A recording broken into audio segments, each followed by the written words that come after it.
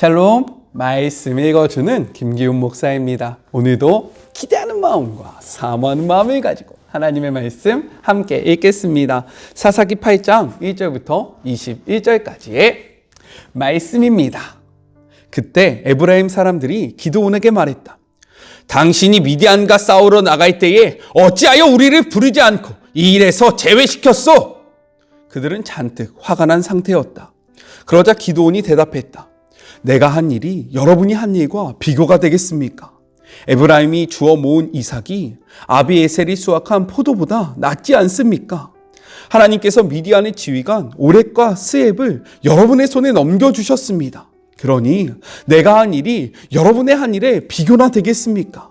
그 말을 듣고 나서야 그들의 마음이 진정되었다. 기드온과 함께한 300명이 요단강에 이르러 강을 건넜다. 그들은 기진맥진했지만 계속 적들을 추격했다. 기드온은 숫곳 사람들에게 부탁했다. 나와 함께한 군대가 지쳤으니 그들에게 빵을 좀 주십시오. 나는 미디안의 두 왕 세바와 살무나를 바짝 뒤쫓고 있는 중입니다. 그러자 숫곳 지도자들이 말했다. 당신은 부질없는 짓을 하고 있어. 당신의 헛수고를 우리가 어째서 도와야 한단 말이오. 기드온이 말했다. 그렇다면 어쩔 수 없소. 하지만 하나님께서 세바와 살무나를 내게 넘겨주실 때 내가 사막의 가시와 엉겅퀴로 당신들의 맨살을 매질하고 채찍질할 것이오. 기드온은 거기서 분회엘로 올라가 똑같이 사정해 보았지만 분회엘 사람들도 숫곳 사람들처럼 그의 부탁을 거절했다. 기드온은 그들에게 말했다. 내가 무사히 돌아올 때에 이 망루를 허물어 버리고 말 것이요.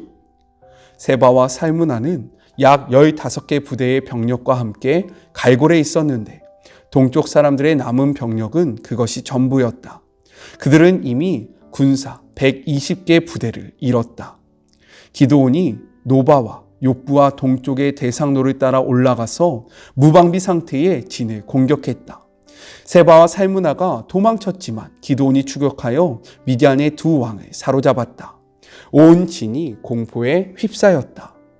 요아스의 아들 기드온은 헤레스 고갯길을 지나 전투에서 돌아오다가 숫곳의 한 젊은이를 사로잡아 몇 가지를 물었다. 젊은이는 숫곳의 관리자와 지도자 77명의 명단을 적어주었다. 기드온은 숫곳 사람들에게 가서 말했다. 당신들이 나더러 부질없는 일이라며 절대로 사로잡지 못할 것이라고 했던 세바와 살무나가 여기 있어. 당신들은 내 지친 부하들에게 빵 한 조각도 주지 않았어. 당신들은 헛수고를 하고 있다며 우리를 조롱했어. 이어서 기드온은 숫곳의 지도자 77명을 붙잡고 사막의 가시와 엉겅퀴로 그들을 매질했다. 또 그는 분우엘의 망루를 허물고 그 성읍 사람들을 죽였다. 그 후에 기드온이 세바와 살무나에게 말했다. 너희가 다볼에서 죽인 사람들에 대해 말하여 보아라. 그들이 말했다. 꼭 당신 같은 사람들이었어. 하나같이 다 왕자처럼 보였어. 기드온이 말했다. 그들은 내 형제, 곧 내 어머니의 아들들이다. 하나님께서 살아계심을 두고 맹세하는데 만일 너희가 그들을 살려주었다면 나도 너희를 살려주었을 것이다. 그러고 나서 그는 자기 맏아들 예델에게 일어나 이들을 죽여라 하고 명령했다. 그러나 예델은 칼을 뽑지 못했다. 아직 어려서 두려웠던 것이다. 세바와 살무나가 말했다. 당신이 대장부라면 직접 하시오. 그러자 기드온이 다가가 세바와 살무나를 죽였다. 그는 그들이 타던 낙타목에 걸린 초승달 모양의 장식구를 떼어 가졌다. 이것은 하나님의 말씀입니다. 오늘 말씀은요, 내용상 두 부분으로 나눠서 생각해 볼 수 있습니다. 먼저 첫 번째, 1절부터 3절, 하나님을 앞세울 때의 기드온의 모습입니다. 미디안의 두 방백 오렙과 스앱의 머리를 가지고 기드온에게 왔던 에브라임 지파가 기드온에게 불평과 불만을 토로합니다. 이는요, 기드온이 그들을 부당하게 대우했기 때문에 발생됐던 마음이 아니라 기드온이 미디안과 싸우러 갈 때에 에브라임 자신들의 지파를 부르지 않았다는 것에 대한 불만이었습니다. 사실 이러한 에브라임 사람들의 불만은요, 그들이 이스라엘 전체 지파 중에서 스스로 갖고 있었던 우월감으로부터 비롯된 감정이었습니다. 왜냐하면 그들은 야곱으로부터 큰 축복을 받았을 뿐만 아니라 가나안 정복의 영웅적인 지도자였던 여호수아를 배출한 그러한 지파라는 자긍심이 있었는데요. 지금 하나님이 누구를 사용하셨습니까? 자신들의 지파를 사용하신 것이 아니라 요셉의 아들들 아닙니까? 에브라임과 그리고 므낫셋은 요셉의 아들인데 이 두 지파 가운데 자신의 지파를 사용한 것이 아니라 므낫셋 지파의 기드온을 사용한 것에 불만을 가지고 이러한 마음, 자신들이 취해야 하는 그 영광을 다 므낫셋 지파가 뺏어갈 것 같은 불안한 마음 속에서 이러한 불판과 불만을 토로하고 있다는 겁니다. 사실 이는요, 부당한 마음이었고요, 예수님을 믿는 그리스도를 따르는 자들이 소유해야 하는 마음이 아니었습니다. 이러한 상황 가운데 기드온은요, 어떻게 대답하냐? 우리 2절의 말씀을 같이 한번 읽어볼까요? 기드온이 그들에게 이르되 내가 이제 행한 일이 너희에게 한 것과 비교가 되겠느냐? 에브라임의 끝물포도가 아비에셀의 만물포도보다 낫지 아니하냐라고 이야기합니다. 이 말이 무엇이냐? 아비에셀의 만물포도란 맨 처음에 수확한 포도처럼 아비에셀의 지파 속에 속한 기드온, 즉 이 아비에셀이 므낫셋 지파거든요. 이 므낫셋 지파에 속한 기드온이 맨 처음 미디안을 친 것을 이야기하고 있고, 그리고 에브라임의 끝물포도란 포도 수확의 맨 마지막 단계와 같이 전쟁의 마지막 마무리 단계에서 에브라임 족속이 미디안의 두 방백 오렙과 스앱을 사로잡아 죽인 것을 상징해서 표현한 것인데요. 중요한 것은 무엇이냐면 기드온의 공로보다 에브라임의 공로가 더 크다라고 이야기하고 있다는 거예요. 자신이 전쟁을 시작했지만 내가 시작한 것이 어떻게 마무리 지었던 너희들의 모습보다 더 크다 할 수 있느냐. 이어서 3절에 이렇게 말합니다. 하나님이 미디안의 방백 오렙과 스앱을 너희 손에 넘겨주었으니 내가 한 일이 어찌 능히 너희가 한 것에 비교가 되겠느냐 하니라. 기드온이 이 말을 하며 그들이 그때 그들의 노여움이 풀리니라 라고 이야기하고 있습니다. 또한 이 전쟁의 주관자이신 하나님께서 두 방백을 누구의 손에 맡겨주셨느냐? 나에게 맡겨주셨느냐? 아니다. 너희 지파에게 맡겨주시지 않으셨느냐?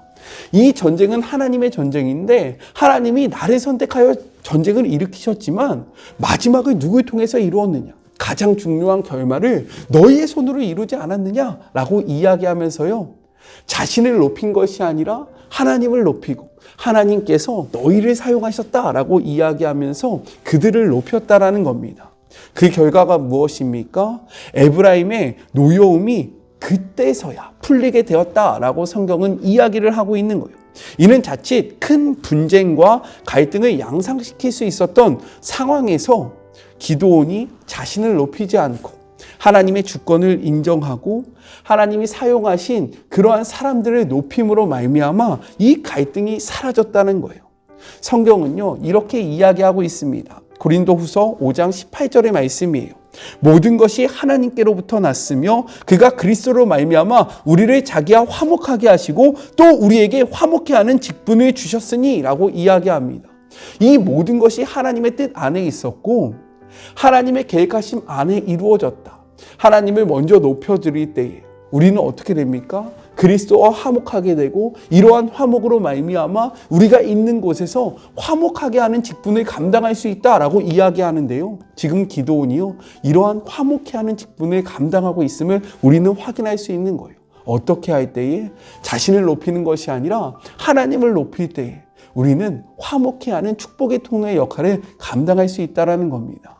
이 말씀 앞에 우리가 드러나는 것에 목숨을 걸고 우리의 이름을 높이기 위하여 힘쓰는 것이 아니라 하나님을 높이며 하나님을 앞세우며 우리가 있는 곳을 화목하게 하는 그런 복된 하루가 되었으면 좋겠습니다. 둘째, 4절부터 21절 분노를 앞세울 때 기드온의 모습에 대해서 이야기를 하고 있어요. 기드온은 요단강 동편으로 건너와서 미디안의 남은 군대를 추격했습니다. 기드온과 함께 있던 300명의 용사는요, 지치고 굶주린 상태였어요. 이러한 상황 속에서 기드온은 숫곳과 브누엘, 이 브누엘은요, 곧 브니엘을 이야기하는 겁니다. 이 브니엘을 차례대로 드립니다. 그런데 이 숫곳과 브니엘은요, 어떤 곳이냐면 갓지파, 이스라엘 지파 가운데 갓지파 사람들이 살던 곳이었다는 거예요. 그 때문에 그곳 주민들에게 기드온은 자신이 미디안 왕들 세바와 살무나를 추격하고 있음을 밝히며 우리가 지쳐 있으니 먹을 것을 좀 달라라고 요청했던 겁니다. 그때 그들의 반응이 무엇입니까? 6절의 말씀 같이 한번 읽어볼까요? 숫곳의 방백들이 이르되 세바와 살무나의 손이 지금 내 손에 있다는 거냐? 어찌 우리가 내 군대에게 떡을 주겠느냐 하는지라 라고 이야기를 합니다. 고대 전쟁의 풍습 중에는요, 어떠한 풍습이 있었냐? 죽은 자의 손목을 잘라서요, 이것을 모으는 것이 있었습니다. 그 때문에 이는요, 세바와 살무나가 아직 죽지 않았다라는 것을 나타내는 거예요. 세바와 살무나, 즉 미디안 군대의 왕들이 죽지 않았는데 우리가 어떻게 너를 도와줄 수 있어? 만약에 너희가 이 전쟁에서 지면 그들이 우리에게 보복할 건데 우리가 왜 그런 일을 해야 하냐? 라고 이야기하는 겁니다. 이것은요, 하나님의 백성으로서 취해서는 안 되는 모습이었습니다. 왜냐하면 그들이 동쪽 지파를 차지할 때 제가 전에도 한번 이야기했잖아요. 모세에게 약속했습니다. 여호수아에게 약속했고 하나님께 약속했어요. 우리가 이쪽에 있지만 이스라엘 백성들이 하나 되어 싸울 때에 우리가 이 강을 건너서 도와주겠다. 도와주고 연합할 것을 약속했는데 지금 미디안 군대가 아직 완전히 멸망되지 않는 모습을 바라보면서요. 야, 우리가 너 도와줬다가 오히려 보복당하면 어떡해? 싫어. 야, 네가 알아서 해. 그러면서 또 무엇이라고 이야기합니까? 내 손 안에 있다는 것이냐라고 말을 하잖아요. 여기서 내 손이라는 것은요, 원어적으로 보면 어떠한 의미를 담고 있냐면 힘과 능력을 의미하는 겁니다. 따라서 기도온 너에게 능력이 있냐? 너 그럴 만한 힘이 있어? 너까지 그 미디안의 왕들을 죽일 수 있겠어? 나는 너 못 믿어. 너는 그런 거 할 수 없는 사람이야. 라고 이야기하면서요, 기드온과 300용사를 조롱했고요. 그들에게 수치를 줬다라는 거예요. 이러한 상황 가운데 기드온은요, 이 전쟁은 하나님께 속한 전쟁이며 하나님께서 이미 13만 5천 명 중에서 12만 명을 죽이셨다고 이야기하기보다는 무엇이라고 이야기합니까? 내가 이 전쟁에서 승리하고 돌아오면 너를 징벌할 것이다 라고 선포를 합니다. 그리고 분이엘 사람들에게 동일한 부탁을 하는데요, 동일하게 거절을 당하고 똑같은 저주를 하게 된다라는 겁니다. 이러한 수치와 조롱 그리고 거절로 인해서 분노에 쌓인 기드온은요, 결국 어떻게 됩니까? 세바와 살무나를 사로잡습니다. 이들을 사로잡고 돌아오는 길에 숫곳과 그리고 분이엘 사람들을 징벌해요. 이들을 때리고요, 그들의 성을 허물고요, 이들의 사람들을 죽입니다. 사사로서 처음으로 동족 이스라엘 백성을 죽이는 사건이 일어나게 되었다는 거예요. 그리고 그 후에 사로잡은 세바와 살무나에게 묻습니다. 그것이 바로 18절의 말씀인데요. 같이 한번 읽어볼까요? 이에 그가 세바와 살무나에게 말하되 너희가 다볼에서 죽인 자들은 어떠한 사람들이냐 하니 대답하여 그들이 너와 같아서 하나같이 왕자들의 모습과 같더라 하니라 라고 이야기합니다. 물어보는 거예요. 야, 너가 다볼에서 죽인 자들이 어떤 사람들이었냐? 이 세바와 살무나는요, 살고 싶어서 무엇이라고 이야기합니까? 기도온 당신과 같이 왕자와 같은 그러한 모습을 하고 있었습니다. 그러니 나를 좀 살려주십시오 라고 이렇게 아부가 담긴 그러한 발언을 하고 있는 겁니다. 그런데요, 기도온은 이렇게 이야기합니다. 19절의 말씀이에요. 같이 한번 읽어보겠습니다. 그가 이르되 그들은 내 형제들이며 내 어머니의 아들들이라. 여호와께서 살아계심을 두고 맹세하노니 너희가 만일 그들을 살렸더라면 나도 너희를 죽이지 아니하였으리라 하고 라고 이야기합니다. 그들이 자신들의 형제였다라는 거예요. 어머니의 아들들이었다라는 겁니다. 그러면서 이야기하는 이 말에 우리가 주목할 필요가 있습니다. 여호와의 사심을 두고 맹세하는데 만약에 너희가 그들을 살렸다면 나도 너희들을 살려주었을 것이다. 이 말이 왜 문제가 돼요? 라고 생각이 되어질 수 있어요. 하지만 하나님은 무엇이라고 말씀하십니까? 이들을 진멸하라 라고 말씀하고 계세요. 지금 기드온은요, 하나님의 명령을 쫓아 나아가는 것 같지만 그의 말을 자세히 살펴보면요, 그가 세바와 살무나를 죽인 이유가 하나님의 명령 때문이 아니라 자신의 형제였던 사람들을 죽인 그 복수심으로 말미암아 이 세바와 살무나를 죽였다는 것을 우리가 분명히 확인할 수 있다는 겁니다.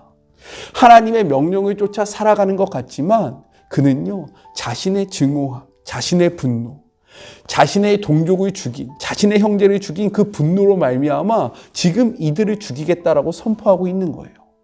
여기서부터 문제가 발생하는 겁니다. 이는요, 앞서서 정말로 극심한 갈등의 상황 가운데 평화적으로 문제를 해결했던 기드온의 모습과 정반대의 모습이라는 거예요. 왜 성경은 8장에서 이 두 모습을 다 기록하고 있을까? 그리고 이렇게 달랐던 그 이후의 이 다른 두 모습의 차이점은 무엇일까? 그것은요, 앞서서 기드온은 하나님을 앞세우고 있었고, 지금 여기서의 모습의 기드온은요, 하나님의 이름보다 자신의 분노를 앞세우고 있다라는 분명한 차이점이 있다라는 겁니다. 우리는 이를 주목해서 생각해 봐야 돼요. 그리스도인들이 하나님의 이름을 앞세울 때는요, 우리가 있는 곳에서 우리는 화목해하는 그러한 직분을 감당할 수 있습니다. 하지만 하나님의 이름이 아니라 우리의 욕심과 우리의 욕망, 우리의 것을 이루기에 앞서는 순간 우리는 어떻게 되냐? 분노에 사로잡혀서 화평케 하는 자가 아니라 정말로 갈등을 일으키고 분노를 일으키고 문제를 일으키는 삶으로 들어가게 되어 있다라는 것을 이 본문을 통해서 우리에게 이야기하고 있는 거예요. 우리는 무엇을 앞세우며 살아가고 있습니까? 하나님을 앞세우며 살아가고 있습니까? 우리 자신을 앞세우고 살아가고 있습니까? 동일한 인물 기드온의 모습을 통해서 우리가 앞세워야 하는 삶의 모습이 무엇인지 다시 한번 멈춰서 생각해보고 결단하고 행동하는 그런 복된 하루가 되었으면 좋겠습니다. 우리 같이 기도할까요? 하나님 감사합니다. 하나님의 말씀을 앞세웠던 기드온은 정말로 큰 문제 가운데서 화평하게 하는 그러한 자가 되었지만 자신의 감정을 앞세웠던 기드온은 무서운 그러한 분노에 사로잡혀 복수를 하는, 잔인한 복수를 하는 그러한 사람이 되었음을 고백합니다. 우리는 무엇에 사로잡혀 살아가고 있고 무엇을 앞세우며 나아가고 있습니까? 주님, 우리가 우리 자신의 감정, 우리의 이름, 우리의 명예를 앞세우면서 살아가는 것이 아니라 주님의 이름과 주님의 말씀을 앞세우며 살아가는 주의 모든 자녀들이 되게 하여 주시옵소서. 오늘 하루 하나님을 앞세우며 하나님이 허락하신 삶의 자리여서 화평케 하는 자가 되기를 소망하며 우리를 화평케 하신 자로 부르신 거룩하신 예수님의 이름으로 기도드립니다. 아멘. 하나님이 허락하신 삶의 자리에서 하나님을 앞세움으로 화평케 하는 자들이 되었으면 좋겠습니다. 저는요, 또 내일 만나도록 할게요. 사랑하고 주님의 이름으로 축복하면서 오늘 하루도 힘내세요. 우리 내일 만나요. 안녕. 오늘도 수고하셨습니다.